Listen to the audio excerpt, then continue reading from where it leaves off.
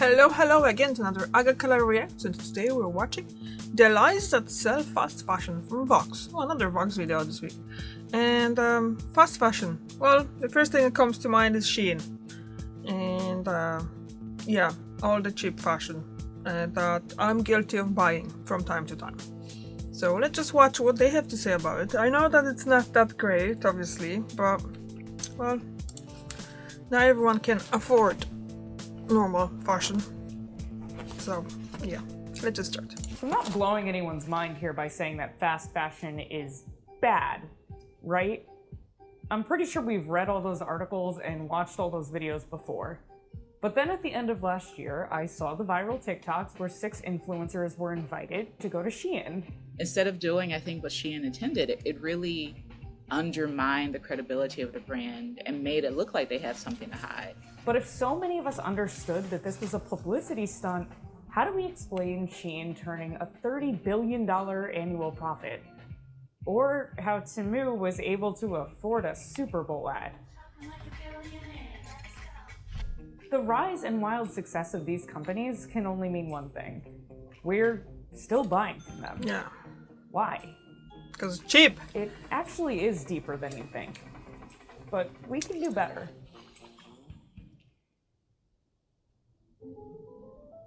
There are 2 prices for the items we buy online.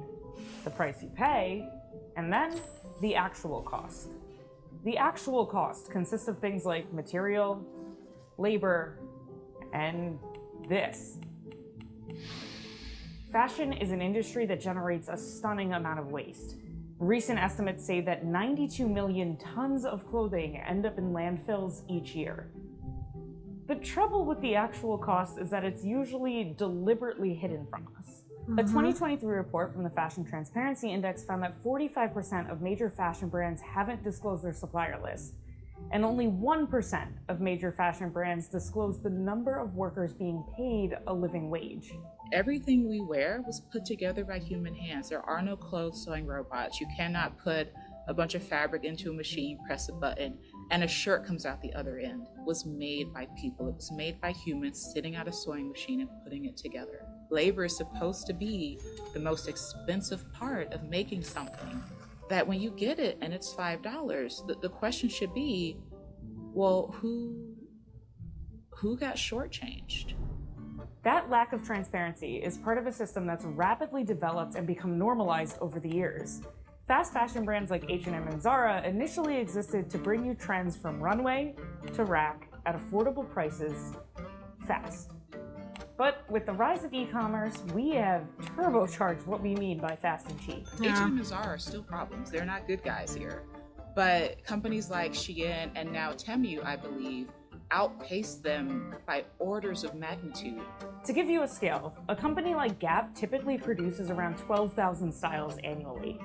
The OG fast fashion brands like H&M and Zara more than doubled that output. And where is 40,000 on this scale? a year. Recent estimates put that number Whoa! closer to 1.5 million new But now- styles each year. Okay, I'm gonna stop here because I wanna know. Is that? Well, like, okay, let's just go back to that little.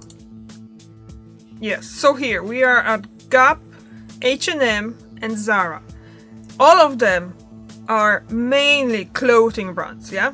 Like selling clothes, selling maybe shoes and some accessories and things like that. Probably they kind of like went out there to getting some other stuff like maybe homewares and stuff. I don't know, haven't been in them in years in all fairness. But Shein, when you go to their website, you can get anything from them. Like literally anything from them. Electronics, home decor, bathroom fittings, tiles even and stuff like that. So is that number actually talks about the clothing only? Because I understand that the when you like something from them and it's sold out, not coming back, as far as I know. I might be mistaken though. So or is that just everything that they have on the website? So just would like to know that. Okay, let's go back. 1.5 million new styles each year. Styles, not items. Oh, so it is So- styles. Okay. What can we do? I should have about waited with my comment there. Fast fashion actively takes advantage of us in a few ways. Let's talk about the misinformation machine, starting with this gear. Companies have conditioned and confused us about how much we should have in our closets and how long it should stay there. The amount of money we spend on clothing has actually dropped quite a bit in the last decade, and the quality has also dropped. So not only are workers being exploited, but the items we're buying are not lasting as long. This sucks for everybody.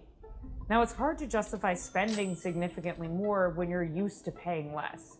But the truth is, those pricier items will last longer. One way to go about breaking this gear is to set strict limits on purchases. Tell yourself, okay, I'm only gonna buy 2 new items over the next 3 months. What do I want them to be? Does this sound impossible? Let's look at why by analyzing these 2 other relentless gears.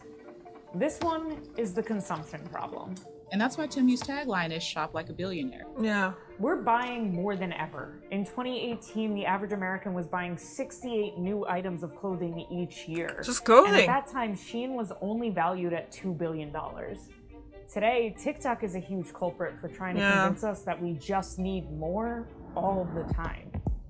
I spent $900 on Shein. Why? I went on Shein to buy a few things and ended up buying 40 things. That is a new phenomenon. And I do The understand notion that. Of the hauler who's a regular everyday person who's been watching influencers and seeing what they buy, getting dozens of outfits very cheaply, often, for just a few dollars, with the intent of not wearing them very long, with the intent of throwing them out. Shein and other companies are paying influencers to normalize buying in excess. And what we have to remember is that doesn't benefit the individual. It only benefits the brand. Why would anyone want to make it a goal to consume like a billionaire? Like, knowing how it's not possible for someone to be an ethical billionaire, why would someone still aspire to want to imitate that behavior? The first step in shutting down this gear is blocking the haulers. Curate your timeline and algorithm away from these things that only make you want to buy. The second step is recognizing that companies like Shein don't care what you want to wear. They make billions because you don't know what to wear. You feel that there is something lacking in your wardrobe if you don't have the latest trend. The answer to that is to figure out what your style is and then shop around your style. Then that way you will always have something that you want to wear in your closet. Yes, Impulse but buys are a huge source of regret. But this is only when you, I don't know, like older. When you're a teenager or early 20s, you're still working on this, on what you're still trying to figure out what you really like and what you like to wear and what you don't like to wear and all that. I have certain items of clothing that I wear exclusively for work, and you wouldn't see me outside work unless I'm coming back from work or I'm going to work or something like that. If I'm just off at home and I'll be just at home, I'm gonna wear sweatshirts and sweatpants and like comfortable stuff. But if I'm gonna go outside the house, go on shopping or something like that, I'm changing into jeans and, well, another sweatshirt, things like that. But basically I'm wearing comfortable stuff. But that's I came to that, and I remember when I was younger, I definitely wanted to like dress because I was worried about what people are gonna think about me. So obviously I was wearing different things and not always were comfortable. But I'm 40 years old and I kind of know now what I like to wear and what I don't like to wear. And that's not coming like this. It takes time for that. A study done in the UK found that 60% of consumers regretted a clothing purchase in the past year. We need to slow down. Changing those 2 habits isn't easy, but you can give yourself some grace and time. And when things get really difficult, you can think about this final gear, which is incredibly strong. That total lack of transparency being used to manipulate you. We don't want to believe the choices we make are unethical, but once you pull back that curtain, you can stick by the conviction that the true cost is not justifiable in any sense. I don't fault people for not knowing. I do fault people for knowing and then not caring. Of course, it's not entirely on the consumer. Legislatures in the US and Europe are trying to crack down on some of these larger environmental issues and labor practices. In the meantime, you can take comfort in knowing that our dollars do have power, and we ultimately decide where they go. You should think about clothing the way people have done for millennia, which is something to hold on to, something to treasure, something to take care of, something to make deliberate decisions about. That means the next time someone tells you to shop like a billionaire, ask yourself, do you really want to? This shouldn't be a hopeless conversation. I want people to have clothing that they enjoy. I want people to have a closet full of things they love. Wanting people to make better choices isn't about depriving them of beauty or of things they enjoy. It's about wanting people to be more deliberate so that they can be surrounded by garments that they feel are the truest expression of who they are. So well said. But like I said as well, a lot of things, I think a lot of that fashion, the fast fashion, is fueled by younger people that they don't have that much money, and poorer people as well, because those poor people like want to have some things as well, and they can see that they get something that they like for that small amount of money, so why they wouldn't? And that's what it is, because there's kind of like social, not mentality, but like push for owning stuff. This is what the consumer is about, isn't it? And as much as I would like to say I'm not under that pressure, I am. Look at this there behind. Look at this all.